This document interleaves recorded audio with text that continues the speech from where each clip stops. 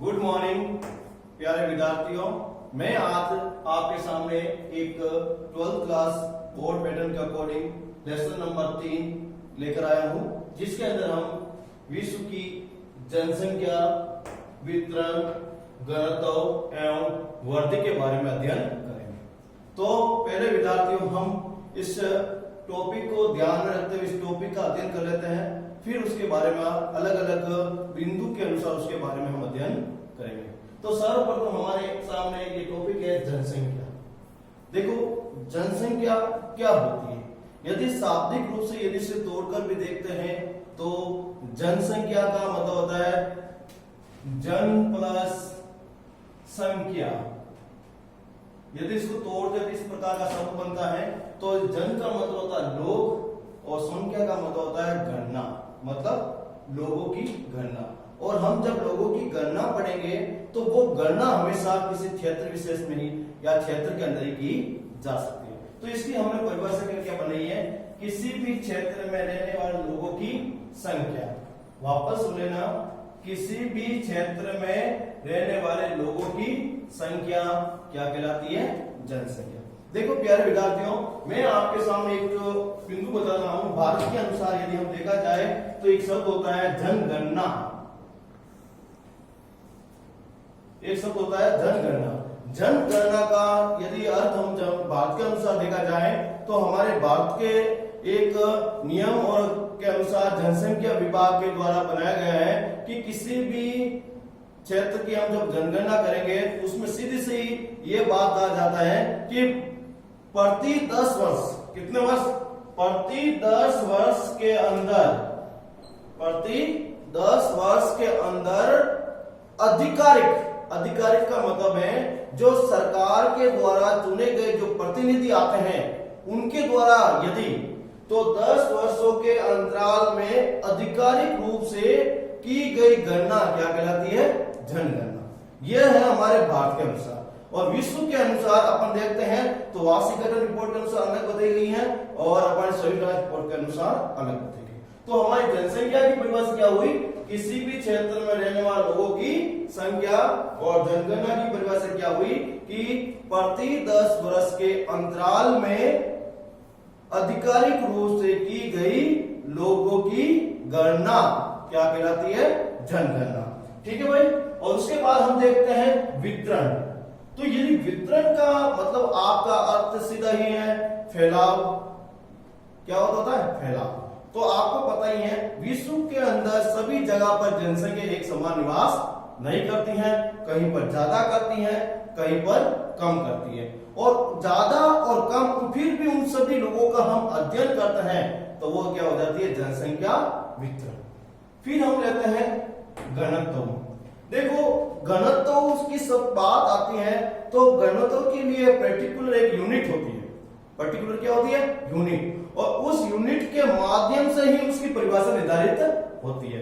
तो आपको पता ही है जनसंख्या घनत्व की जो यूनिट है वो प्रति वर्ग किलोमीटर में रहने वाले लोग होते हैं। मतलब प्रति वर्ग किलोमीटर क्या होती है, यूनिट प्रति वर्ग किलोमीटर। तो इसका मतलब क्या हुआ कि किसी निश्चित क्षेत्र में परिभाषा क्या बनी, किसी निश्चित क्षेत्र में प्रति वर्ग किलोमीटर में, किसी निश्चित क्षेत्र में प्रति वर्ग किलोमीटर में रहने वाले लोगों की संख्या क्या कहलाती है, जनसंख्या घनत्व। वापस एक बार सुन लेना कि प्रति वर्ग किलोमीटर में रहने वाले लोगों की संख्या, यदि पूर्ण रूप से परिभाषा देखा जाए किसी निश्चित क्षेत्र में प्रति वर्ग किलोमीटर में रहने वाले लोगों की संख्या क्या कहलाती है, जनसंख्या घनत्व। फिर होती है वृद्धि।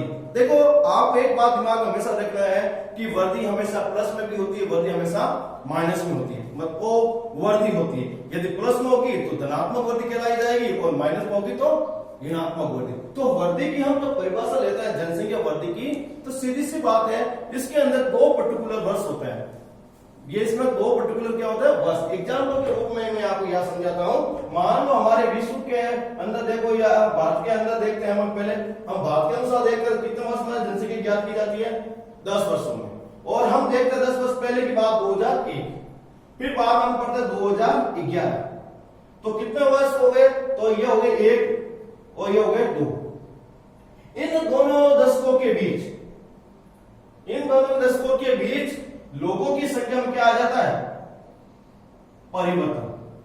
लोगों की संख्या में क्या आ जाता है? परिवर्तन। चाहे वो परिवर्तन प्लस में हो, चाहे वो परिवर्तन क्या हो? माइनस में हो, तो वो क्या कहलाती है? वृद्धि। तो वापस सुन लेना, दो समय अंतरालों के मध्य, वापस दो समय अंतरालों के मध्य लोगों की संख्या में होने वाला परिवर्तन क्या कहलाता है?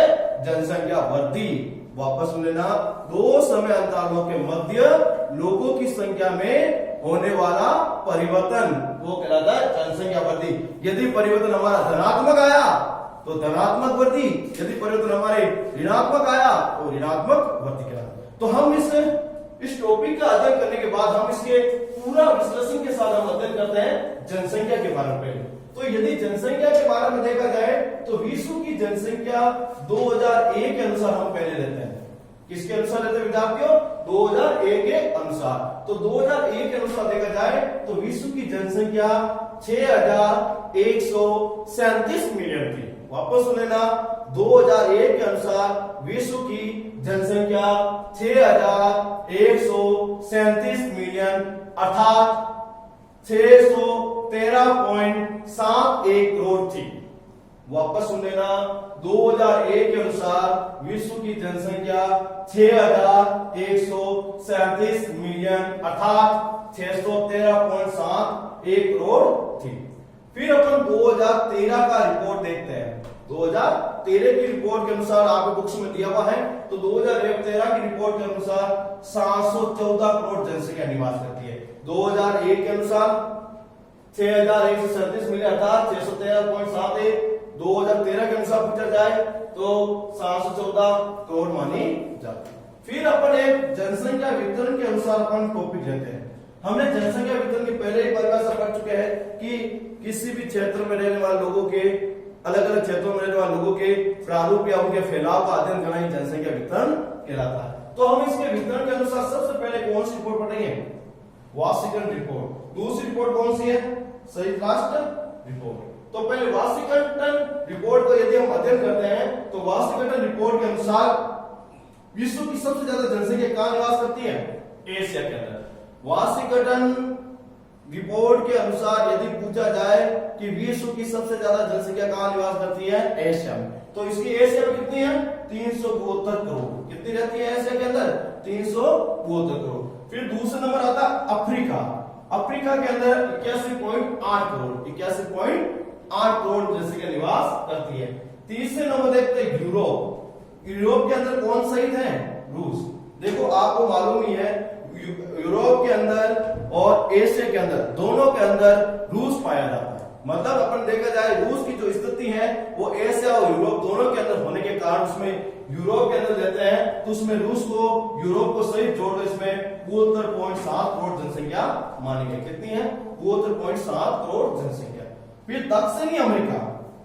दक्षिणी अमेरिका के अंदर देखा जाए तो 35 करोड़ जनसंख्या निवास करती है। कितनी निवास करती है? 35 करोड़। फिर उत्तरी अमेरिका के अंदर देखा जाए तो इसमें 49.4 करोड़ जनसंख्या निवास करती है। कितनी है? 49.4 करोड़। फिर ऑस्ट्रेलिया के अंदर देखते हैं तो 3.1 करोड़ जनसंख्या निवास करती है। यदि आपसे ये सवाल पूछे, एक नंबर का सवाल कह देते हैं कि वाशिंगटन रिपोर्ट के अनुसार विश्व के अलग अलग महाद्वीपों में पाई जाने वाली जनसंख्या कितनी है, तो सीधा सा उत्तर क्या होगा? एशिया के अंदर 372 करोड़, अफ्रीका के अंदर 81.8 करोड़, यूरोप के अंदर रूस सहित महाद्वीप 72.7 करोड़, दक्षिण अमेरिका के अंदर पूछते 35 करोड़, उत्तरी अमेरिका के अंदर पूछते 49.4 करोड़ और ऑस्ट्रेलिया के अंदर पूछते 3.1 करोड़।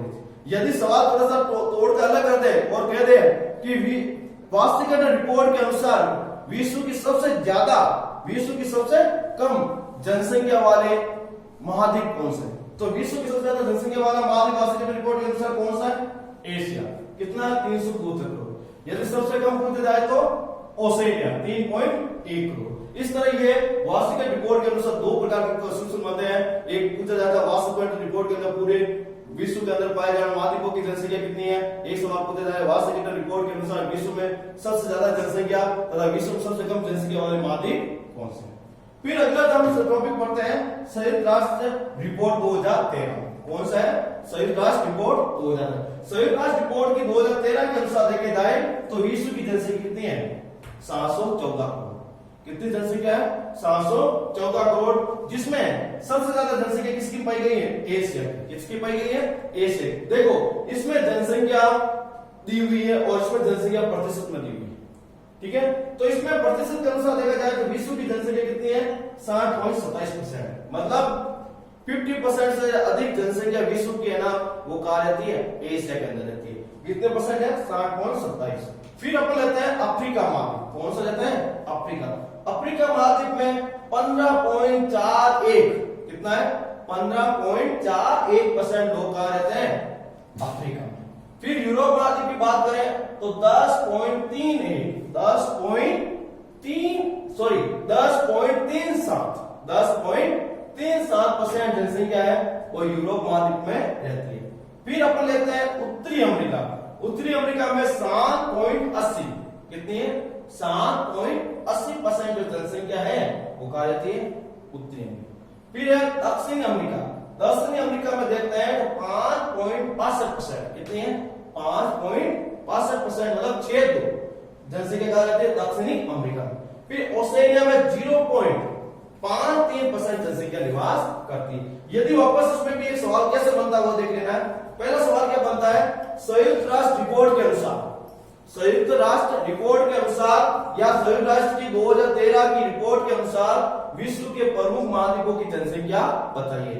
तो विश्व की प्रमुख महाद्वीपों की जनसंख्या हम देखते हैं तो एशिया 60.27, अफ्रीका 15.41 और यूरोप 10.37 और उत्तरी अमेरिका 7.80, दक्षिणी अमेरिका 5.62 और ओसेनिया 0.53% जनसंख्या निवास करते हैं। यदि सवाल और अलग कर दे, पूछ दे संयुक्त राष्ट्र रिपोर्ट 2013 के अनुसार विश्व की सबसे ज्यादा जनसंख्या और विश्व की सबसे कम जनसंख्या वाला महाद्वीप कौन सा है? तो वही महाद्वीप है। एशिया में 60.27% और ओसेनिया में 0.53%। ये टॉपिक के बाद में हम अगले लेते हैं विश्व जनसंख्या का असमान वितरण। अब देखो आपको खुद को ही मालूम है विश्व के अलग अलग भूभाग पाए जाते हैं। कहीं पर पहाड़ पाए जाते हैं, कहीं पर मैदान पाए जाते हैं, कहीं पर घाटियां पाई जाती है, कहीं पर नदियां पाई जाती है, कहीं पर वन पाए जाते हैं। तो इसी के आधार पर तो जनसंख्या जिस प्रकार भौगोलिक स्वरूप एक समान नहीं है, उसी तरह विश्व के अंदर जनसंख्या भी एक समान नहीं है। तो अपन जनसंख्या वितरण का असमान रूप में पढ़ते हैं। तो पहला सवाल टॉपिक क्या है कि विश्व की 90%, विश्व का 90% भूभाग पर, विश्व का 90% भूभाग पर 10% जनसंख्या निवास करती है। मान लो ये विश्व की पूरा भूभाग है, ये हो गया अपन का 90%, ये हो गया हमारा भूभाग, ये पूरा भूभाग 100% हो गया और ये हो गया भूभाग 90%। लेकिन जनसंख्या कितनी पाई जाती है? सिर्फ 10%। जनसंख्या कितनी पाई जाती है? 10%। वापस सुन लेना, विश्व के 90% भूभाग पर 10% जनसंख्या तथा 10% भूभाग पर विश्व की 90% जनसंख्या निवास। वापस सुन लेना, विश्व के 90% भूभाग पर 10% जनसंख्या तथा 10% भूभाग पर 90% जनसंख्या निवास करती है। ये जो बात कहने वाले जो व्यक्ति थे उनका नाम था जॉर्ज बी क्रेसी। ये व्यक्ति कौन थे? George B Cressey. वापस सुन लेना, विश्व की 90% भूभाग पर 10% जनसंख्या निवास करती है तथा 10% भूभाग पर 90% जनसंख्या निवास करती है। ये बात किसने कही या ये बात किस भूगोलवेत्ता ने बताई? तो उसका उत्तर क्या होगा? George B Cressey. ये सवाल एग्जाम में 2 बार आ चुका है, आपके बोर्ड पैटर्न के अनुसार ये 2 बार सवाल आ चुका है। फिर अगला देखो, विश्व की 85% जनसंख्या उत्तरी गोलार्ध में, विश्व की 85% जनसंख्या उत्तरी गोलार्ध में तथा 15% जनसंख्या दक्षिणी गोलार्ध में निवास करती है। जैसे आप देखो इसमें आप देखते हैं कि विश्व की 85% जनसंख्या, विश्व की 85% जनसंख्या, ये देखिए अपन का गोलार्ध, इस गोलार्ध के अनुसार हम देखते हैं तो ये हो गया उत्तरी भाग है, हो गया उत्तरी गोलार्ध, ये भाग हो गया अपन का दक्षिणी गोलार्ध। ये उत्तरी गोलार्ध, ये दक्षिणी गोलार्ध। यदि उत्तरी गोलार्ध के अंदर देखा जाए तो कौन सा भाग अधिक है? भूभाग। और दक्षिण भाग में कौन सा अधिक है भाग? जलभाग। तो भूभाग अधिक होने के कारण लोग भी क्या रहते हैं? अधिक रहते हैं। और जलभाग अधिक होने के कारण यह लोग भी क्या रहते हैं? कम रहते हैं। तो उत्तरी गोलार्ध के अंदर विश्व की कितनी % जनसंख्या निवास करती है? 85%। और दक्षिणी गोलार्ध के अंदर विश्व के अंदर कितनी % जनसंख्या निवास करती है? 15%। वापस सुन लेना, विश्व की 85% उत्तरी गोलार्ध में तथा 15% दक्षिणी गोलार्ध में निवास करती है। यदि कारण पूछा जाए तो उत्तरी गोलार्ध भूभाग अधिक है इसलिए जनसंख्या अधिक पाई जाती है, और दक्षिणी गोलार्ध में भूभाग कम तथा जलभाग अधिक होते हैं इसलिए जनसंख्या कम पाई जाती है, सिर्फ 15%। फिर अगला टॉपिक है, विश्व की सबसे ज्यादा जनसंख्या एशिया महाद्वीप में पाई जाती है। कितना % है? 60.27%। विश्व की सबसे ज्यादा जनसंख्या कहां पाई जाती है? एशिया महाद्वीप। कितना % है? 60.27। तथा सबसे कम जनसंख्या ओसेनिया में पाई जाती है। कहां पाई जाती है? ओसेनिया। कितना % है? 0.53%। कितना है? 0.53%। वापस लेना, विश्व की सबसे ज्यादा जनसंख्या एशिया में कितना %? 60.27%।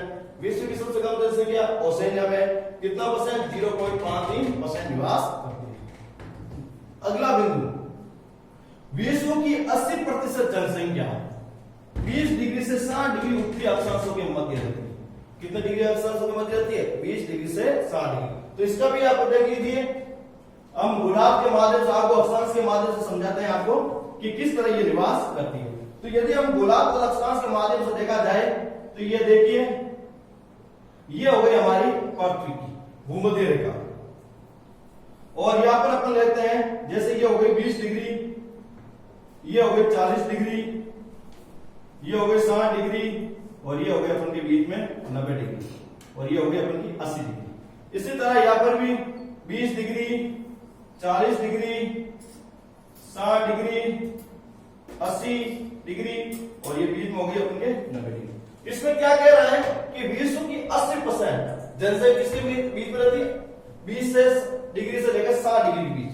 ये हो गई अपन की 20 डिग्री, और ये हो गई अपन के 60। इनके बीच में वो चाहे उत्तरी गोलार्ध हो चाहे दक्षिणी गोलार्ध हो, चाहे उत्तरी गोलार्ध हो चाहे दक्षिणी गोलार्ध, इन दोनों के बीच में विश्व की लगभग कितना % जनसंख्या निवास करती है? 80%। कितने % निवास करती है? 80%। वापस सुन लेना, ये चाहे उत्तरी गोलार्ध में 20 से 60 डिग्री हो चाहे दक्षिणी गोलार्ध में 20 से 60 डिग्री हो, इन दोनों के बीच में विश्व की कितनी जनसंख्या निवास करती है? 80%। फिर आगे देखते हैं, जबकि 60 डिग्री अक्षांशों के ऊपर केवल विश्व की कितने % जनसंख्या निवास करती है? 1%।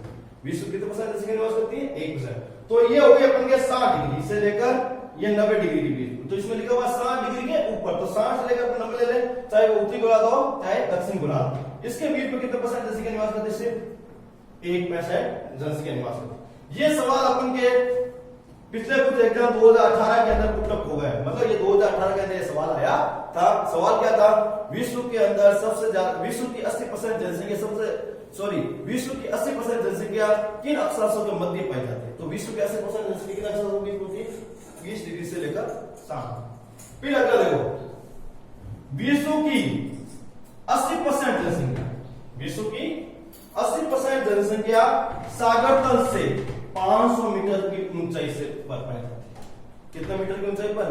500 मीटर के ऊपर पाई जाती है। उसका कारण मैं बता रहा हूं कि देखो, सागर तल के यदि बराबर रहते हैं या सागर तल से नीचे रहते हैं, तो जब कभी ज्यादा बारिश या सुनामी जैसी प्रगति हो जाती है तो उस समय वो क्षेत्र जल में डूब जाता है और जनसंख्या के आर्थिक स्थिति में हो या मानवीय स्थिति में हो, उस पर बहुत ज्यादा बुरा प्रभाव पड़ता है। इस कारण से ये 80% जनसंख्या जो है वो 500 मीटर की ऊंचाई पर पाई जाती है।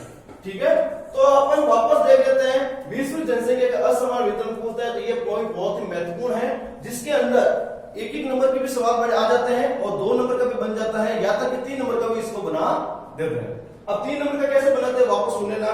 विश्व की जनसंख्या वितरण को, विश्व जनसंख्या वितरण क्या है तथा विश्व जनसंख्या वितरण को स्पष्ट कीजिए। वापस सुन लेना, विश्व जनसंख्या वितरण क्या है, विश्व जनसंख्या वितरण को स्पष्ट कीजिए। फिर अपन देते हैं विश्व के सबसे ज्यादा जनसंख्या वाले देश। विश्व की सबसे ज्यादा जनसंख्या वाला देश का किसकी रिपोर्ट के अनुसार है? 2013। और 2013 की रिपोर्ट किसने बनाई थी? संयुक्त राष्ट्र रिपोर्ट में। अब संयुक्त राष्ट्र रिपोर्ट के अनुसार देखा जाए तो विश्व की सबसे ज्यादा जनसंख्या किस कहां पर है? चीन में। विश्व की सबसे ज्यादा जनसंख्या वाला देश कौन सा है? चीन। उसकी जनसंख्या कितनी है? 1357 मिलियन। वापस सुन लेना, 1357 मिलियन। यदि करोड़ में पूछा जाए तो 135.7 करोड़। यदि करोड़ में पूछा जाए तो कितना होगा? 135.7 करोड़। फिर दूसरा नंबर कौन आता है? भारत। कितनी जनसंख्या है? 1276 मिलियन। वापस सुन लेना, 1276 मिलियन। यदि अपन के करोड़ में पूछा जाए तो 127.6 करोड़। 127.6 करोड़। तीसरा नंबर आता है संयुक्त राज्य अमेरिका। कितने मिलियन है? 316 मिलियन। फिर बाद में आता है इंडोनेशिया। कितना मिलियन है? 248 मिलियन। फिर तीसरा नंबर आता है ब्राजील। कितना मिलियन है? 196 मिलियन।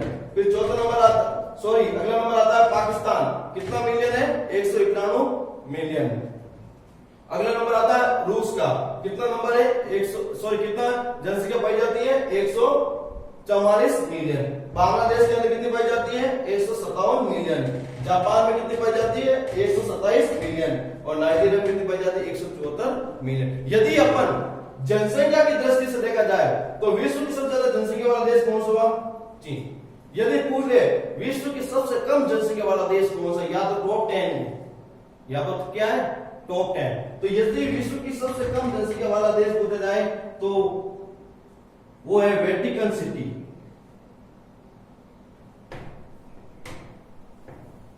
जो उत्तरी अमेरिका में है।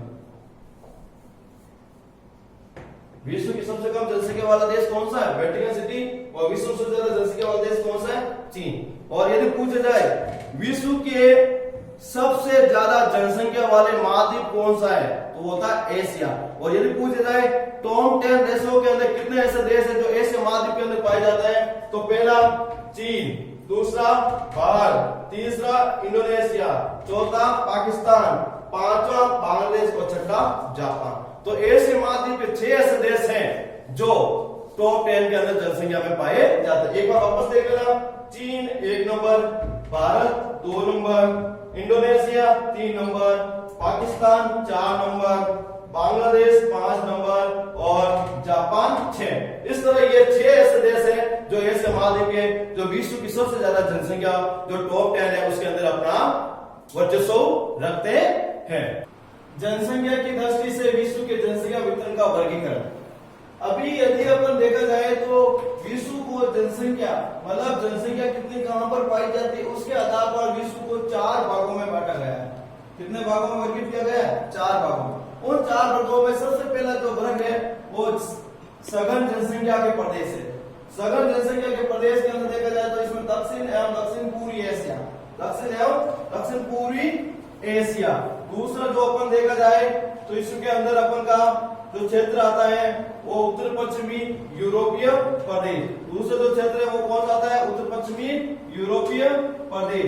और उसके बाद में देखा जाए तो इसके अंदर तीसरा आता है अपन का उत्तर पश्चिमी मरुस्थलीय प्रदेश। तो अपन के अंदर यदि देखा जाए तो सबसे पहले अपन देखते हैं दक्षिण पूर्वी एशिया प्रदेश। तो दक्षिण पूर्वी एशिया प्रदेश के अंदर ये सारे क्षेत्र आते हैं।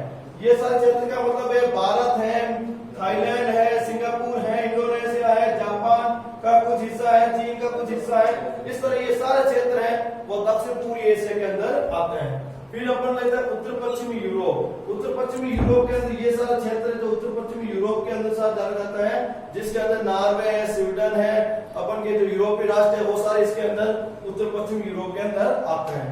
फिर संयुक्त राज्य अमेरिका का उत्तर पूर्वी क्षेत्र, संयुक्त राज्य अमेरिका का ये क्षेत्र जो उत्तर पूर्वी नाम से जाना जाता है, जिसमें अपन का कनाडा का हिस्सा है और संयुक्त राष्ट्र का जो संयुक्त राज्य अमेरिका उसका हिस्सा अधिकतर आता है, जहां पर विश्व की सबसे ज्यादा जनसंख्या निवास करती है। तो इसमें वापस देख लेना विश्व जनसंख्या के प्रदेश कितने हुए? 3, दक्षिण पूर्व एवं दक्षिण पूर्वी एशिया, उत्तर पश्चिमी यूरोप और संयुक्त राज्य अमेरिका उत्तर पूर्वी क्षेत्र। अब देखो दूसरा है सामान्य जनसंख्या के प्रदेश। अब सामान्य जनसंख्या के प्रदेश में सबसे पहला आता है एंडीज पर्वतमाला। एंडीज पर्वतमाला है वो हमारे उत्तरी अमेरिका में। कहां पर है? उत्तरी अमेरिका में। एंडीज पर्वतमाला पर प्रतिकूल भौतिक दशाएं, प्रतिकूल भौतिक दशाएं तथा तांबे की उपलब्धता, के कारण चिली के चुकाड और कामरा इन क्षेत्रों के अंदर सबसे ज्यादा जनसंख्या पाई जाती है। वापस सुने ना कि एंडीज पर्वत की प्रतिकूल भौतिक दशा है, मतलब ऐसी दशा है जो मनुष्य के लिए अनुकूल हो, सॉरी ऐसी भौतिक दशा है जो मनुष्य के लिए अनुकूल ना हो, लेकिन वहां पर क्या पाया गया था? तांबा। जीने के लिए लायक जगह नहीं थी, लेकिन पाया क्या गया था? तांबा।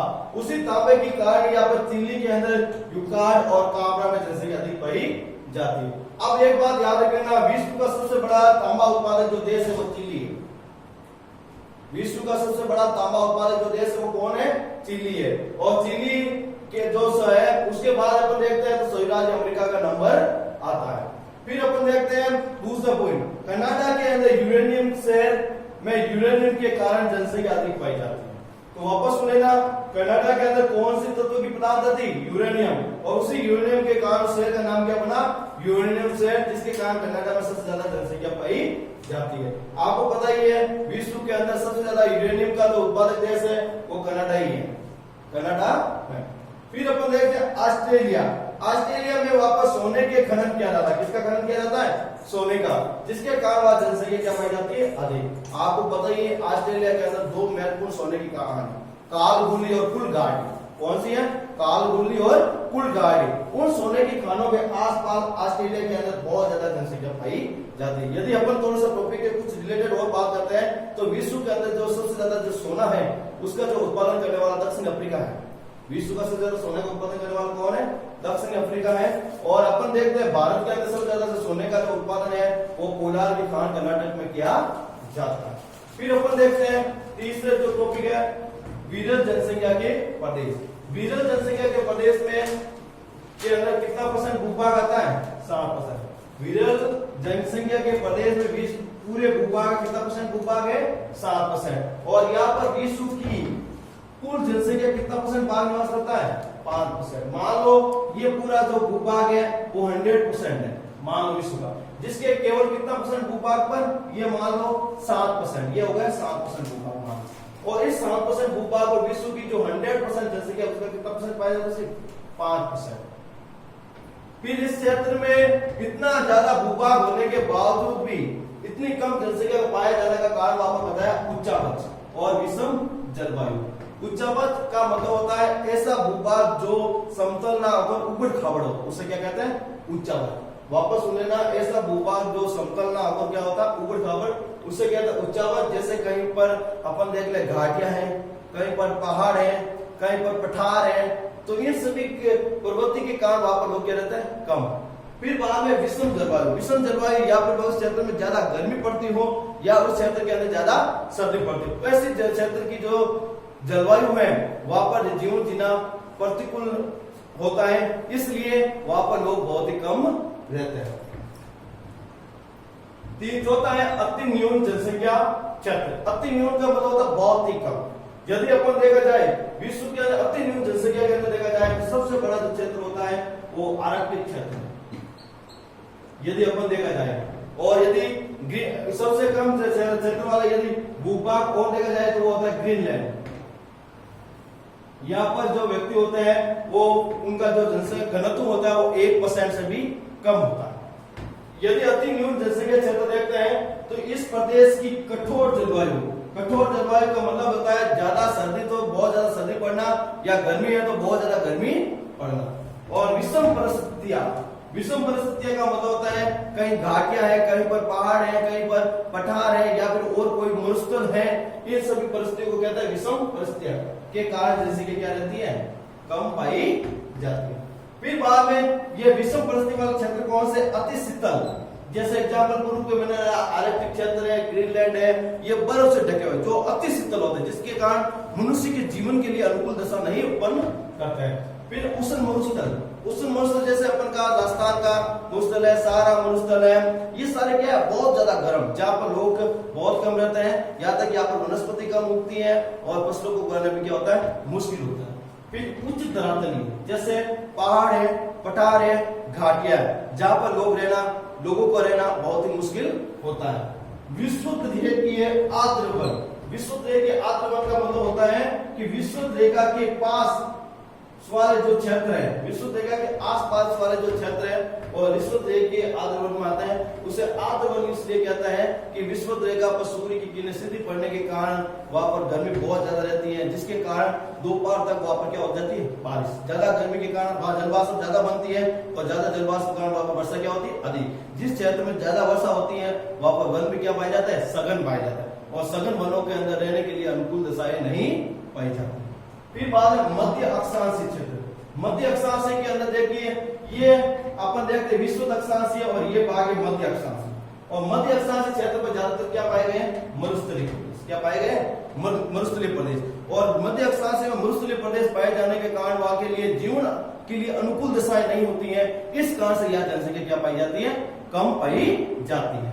आज हमारे इस टॉपिक को यही से विराम देते हैं और हम कल अपन देखेंगे कि विश्व की जनसंख्या का घनत्व, विश्व की जनसंख्या की वृद्धि के बारे में हम अच्छी तरह से अध्ययन करेंगे। थैंक यू, धन्यवाद।